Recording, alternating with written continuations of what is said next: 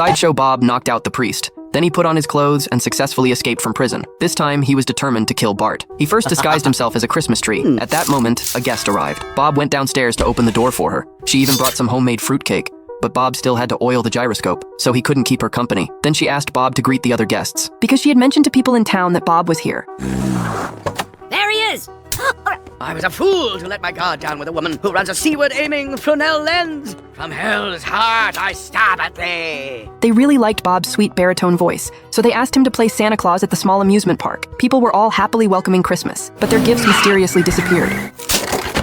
Homer couldn't blow up the balloon with his mouth, so he used car exhaust instead. As a result, the balloon flew away directly. At that moment, Marge came over. She had made another failed craft. Then she told Homer that the whole family would go to Santa's village together tomorrow. Why couldn't that be me? Homer! Oh. On the way to Santa's village, there was a huge traffic jam. Bart would have to wait 8 hours in line to see Santa Claus, so he used his size advantage to sneak into the performer's room. After seeing Santa Claus, he sat directly on his lap. Hello, ho, ho, Bart. Sideshow Bob! Merry Christmas. People outside heard Santa Claus's laughter.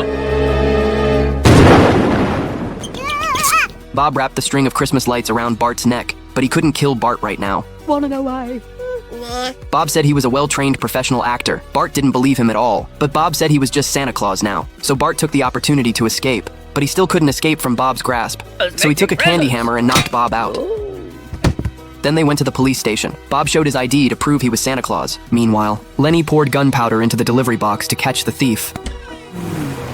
Oh my god, you're the package thief? Carl found that Lenny was seriously injured. He immediately asked who the attacker was, but Lenny couldn't speak. He could only write the initials of the attacker's name on the ground. The Simpsons' Christmas gifts hadn't been delivered either. Soon, the news reported the Christmas gift theft incident. The police found the initials Lenny left behind. SB is Sideshow Bob. That's what he's up to. He's stealing Christmas. But Homer said Santa Claus wouldn't steal gifts, and he knew who this mysterious SB was. Welcome to jail, Selma Bouvier. So Bart quietly slipped out. He took the bus to Santa's village. He wanted to figure out what Bob's conspiracy was.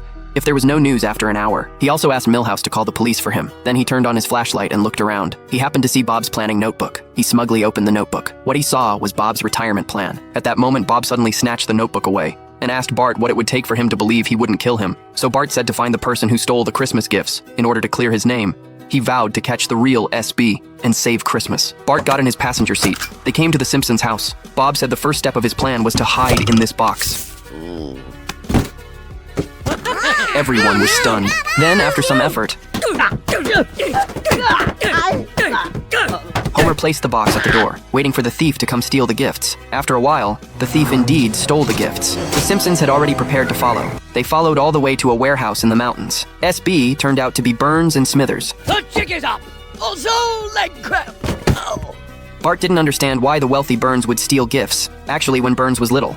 His parents didn't have time to accompany him. One Christmas, before they could give him gifts, they went out to work. As a result, once they left, they never came back. They only left him an inheritance of $100 million. After hearing this, Bob even comforted him. He told him his parents loved him, and now he was the richest and cruelest person in town. This was all thanks to the love his parents gave him. It's true. Smithers, it's Christmas, which is a work day for you, so help me out. And it's my birthday. Don't expect 2 presents. In the end, Burns returned everyone's gifts.